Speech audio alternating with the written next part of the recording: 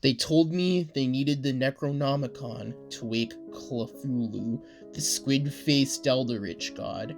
Even before the first man was born, the reptilians of the Illuminati had fought.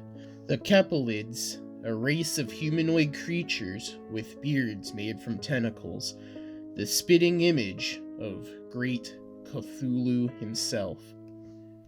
This was a lot of info to take in. I began to ponder my decision. The want to wake the beast so they could nuke him. I was not sure if I liked this plan. I told Luban my worries via telepathy, projecting my thoughts into her brain without anyone listening. The Illuminati served us a royal dinner of seafood, shrimp, fish, and of course, octopus and squid.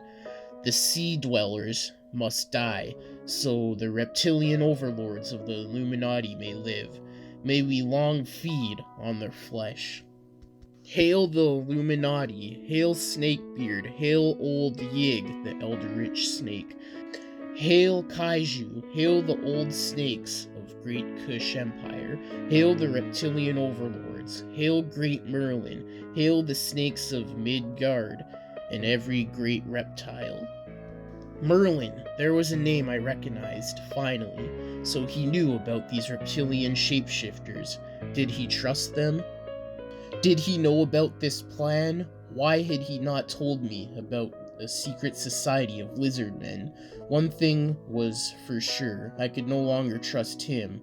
The bearded wizard, the reptilian king, was sitting on a throne made of gold, drinking out of a cup he claimed to be the Holy Grail. After much drinking and eating, we finally went to rest at night. My father's ghost woke me in the middle of the night. I knew what I had to do. I woke my team with my telepathic ability. Everyone except Shemalone, of course. Fuck that lizard man. I stole the Holy Grail and programmed the nuke to go off. The Necronomicon had a sleeping spell granted to keep the lizards asleep for 24 hours. I got to the nuke and programmed it to go off in 7 hours. They would still be sleeping, but we would be so far from here that the nuclear blast wouldn't harm us. My team walked and kept walking until we came to the house of the genius. We knocked on the door, and a Bigfoot or Sasquatch, you may call him, opened the door. "Oh, you're finally here to get to the sunken city of Atlantis, where mermaids and fishermen live," the Bigfoot asked of me. I could tell he was the genius. No one told me the genius would be a big hairy ape, but nothing could surprise me at this point. Inside, 7 dwarves were working on a submarine. The Nautilus, who once the great Captain Nemo had piloted on his adventures under the sea. This too did not surprise me. I looked out of the window, and in the distance I could see a great mushroom cloud. I had successfully eliminated the Illuminati. To the lost city of Atlantis. We ate and slept. On the next day, the Nautilus was ready to take us to the lost city of Atlantis. The genius Bigfoot piloted the great submarine Nautilus. We went deep under the sea, deeper than any other submarine could dive and take humankind. We torpedoed great white sharks on our way there. We saw the sunken city under a glass dome, keeping the flow of water and predatory sea life out. We went full speed ahead. We could see topless mermaids swimming, some with fire red hair, some with golden hair, some with pitch dark hair, all of them gorgeous, looking like women in the ages of 18 to 25. Men came to welcome us, riding on the backs of dolphins and giant seahorses. The tentacled arms of a giant kraken, a mythical enormous octopus of old legends, grabbed our submarine. But the men from Atlantis swiftly cut the tentacles off with their swords. The water filled with blood from the kraken's giant cut limbs. Sharks gathered to eat the severed limbs. We went full speed ahead. Bigfoot, the genius, was a skilled pilot of the submarine. We went under the dome and parked into the lost city of Atlantis. A yellow submarine was parked there. Carb people intermingled with the Atlanteans, a humanoid species with the ability to breathe underwater and communicate with water life, like fish, dolphins, and great white sharks. Mermaids were topless and swimming in fountains and pools all over the place. These species had a big need to stay hydrated, I guess, because we were under the dome. We could breathe in here, in this city. A gorgeous redhead with clams for a bra came to welcome us. She told us her name was Amber, and that she would escort us to Poseidon, the king of Atlantis. Poseidon and the portals. We met the king of Atlantis, sitting on top of a throne, made from bones from slayed Kepalids, the humanoid squids that worship the great Cthulhu. Welcome, my friends. You are near the end of your quest.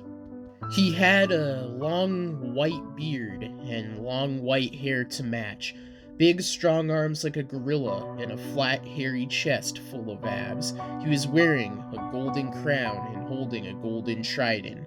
He was shirtless and had pants made of some hard scales from some deep sea monster I was not familiar with. I can see you are the blood of Christ.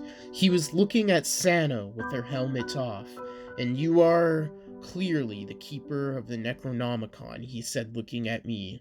The blood of the mad Arab, Abdul Allah Hazard. The what now? I was surprised, but really I should not be. My father and grandfather were ghosts, I could see, along with him, the mad Arab. So of course he was my ancestor. It all made sense. I had been fooled by Merlin, that lying, bearded, fat-bellied wizard cocksucker. Oh, so you did not know. I guess Merlin never told you. Be careful who you trust, human. The king of Atlantis spoke the truth. The ghosts of my father, grandfather, and the mad Arab all appeared in front of me. Somehow, I knew I could trust this man called Poseidon, the king of Atlantis. I just knew. Well, I knew I could not trust those lizard men from the Illuminati. I blew them up with their own nuke. The king of Atlantis laughed. Good. They told me of their mad plan to nuke Great Cthulhu. I told them it was a foolish quest, and Atlantis would not aid them in that effort. Of course, we wish to be rid of that eldritch abomination, but the sleeper must not awake. No nuke could stop him, believe me. It would end the world. It must remain sleeping in its stone home, in Ralhila forever and always. The king stepped down from his throne and pushed the throne to the side. The doorway will take you to the house that does not exist. You must remain there and keep the Necronomicon safe forever and always. It is a house no evil can enter, so the book will be protected always. There is no safe way to destroy the book. If there was a way, it would have been destroyed long ago, of course. The door had the number 24 written on it. You must wait, and the door will open in 24 hours. You must travel there tomorrow. Let's enjoy a great meal with good food and drinks, and sirens singing and mermaids dancing. Sounds good to me, I said, and it did sound good. We enjoyed a great feast, and at night I went to bed. Luban checked on her son Abid, and later joined me in bed. The next day I awoke, alone and with the Necronomicon gone. Hey guys, thank you for listening to today's Creepypasta, and I hope you enjoyed.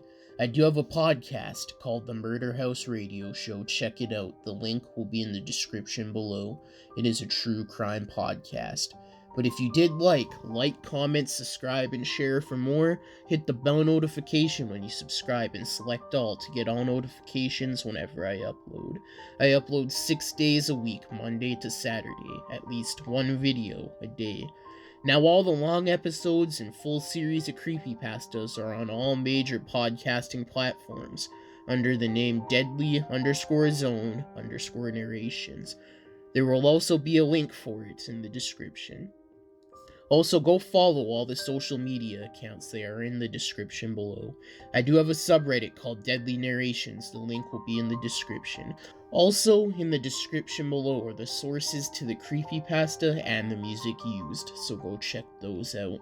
Let me know what creepypasta you would like to hear next, or if you have your own you would like me to narrate.